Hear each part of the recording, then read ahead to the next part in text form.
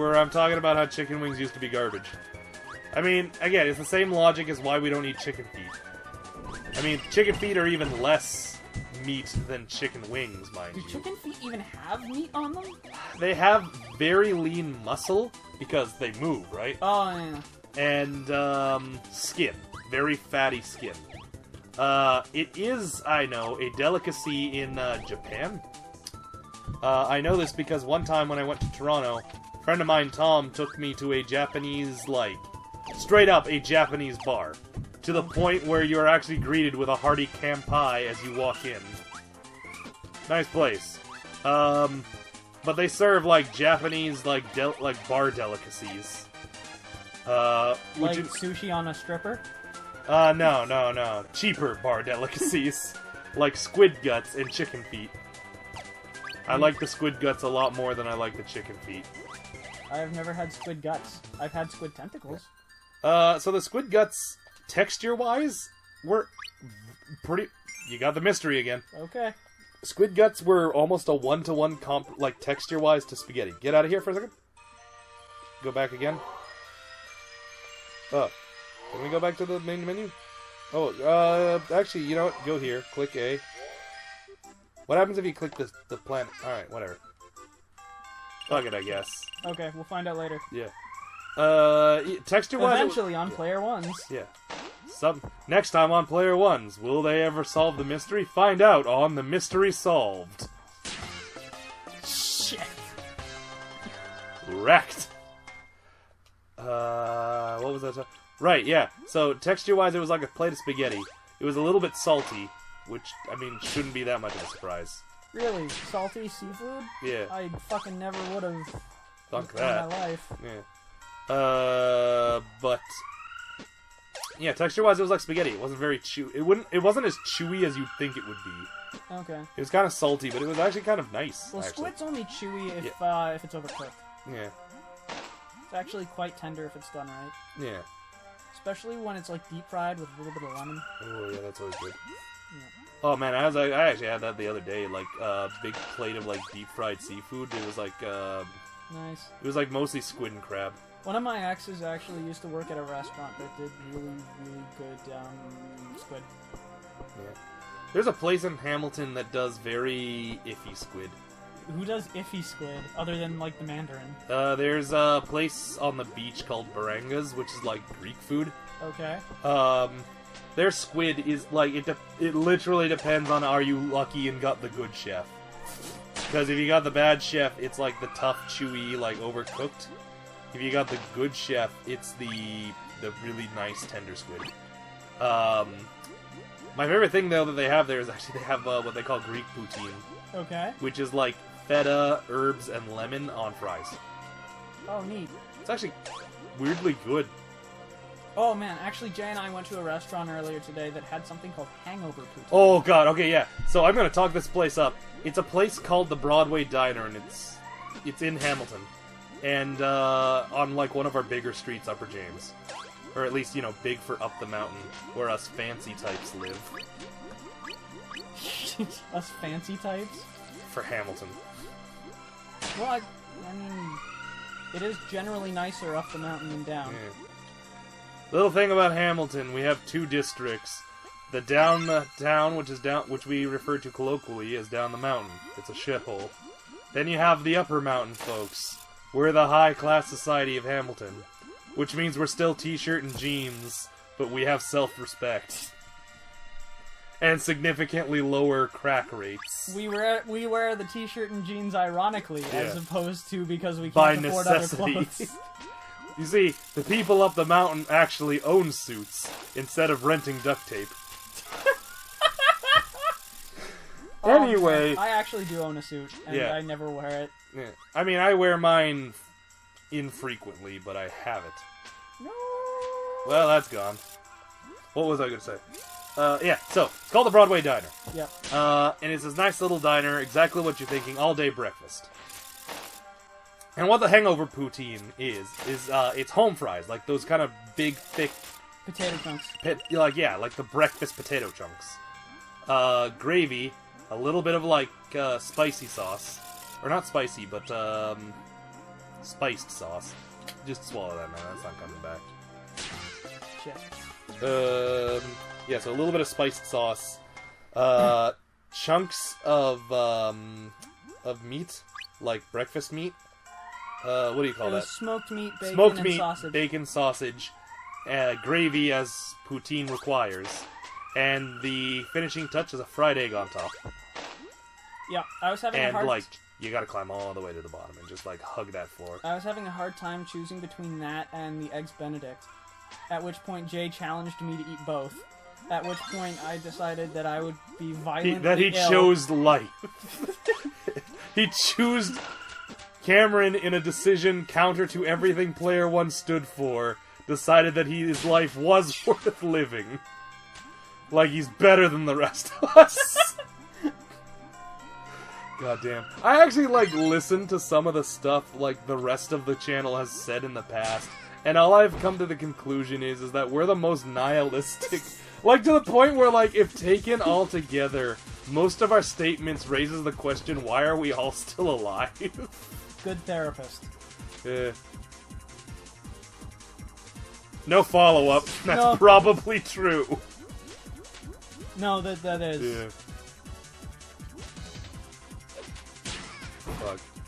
And, like, the funnier part is when you actually analyze it, each of us is fucked up in our own unique, depressing way. Me specifically, I have major depressive disorder, general anxiety disorder, and social anxiety. I'm pretty sure I have an anti-personality what's that fucking called? And possibly autism, according to Jay. I'm still pretty certain on that one. Look, we have computer data suggesting I'm not crazy. I probably got some sort of anti-personality. Look, you're not crazy, but it's unproven. Nah.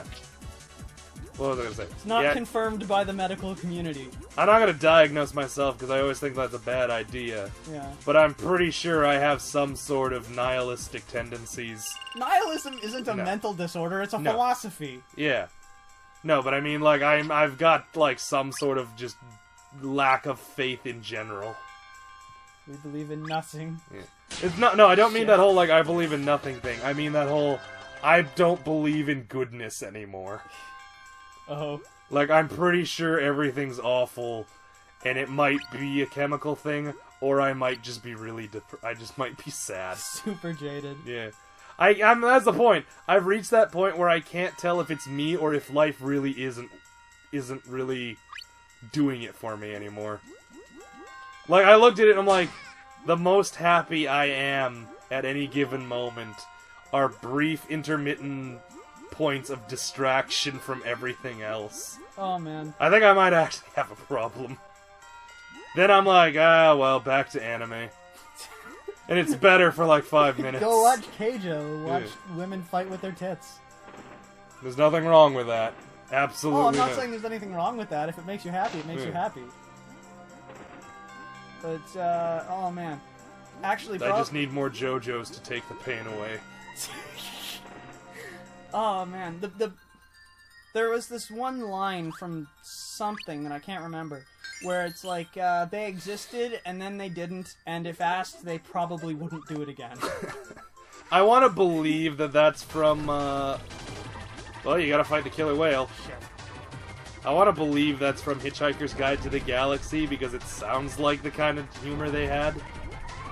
No, it's not from Hitchhiker's Guide. I think it's, from some webcomic. Okay.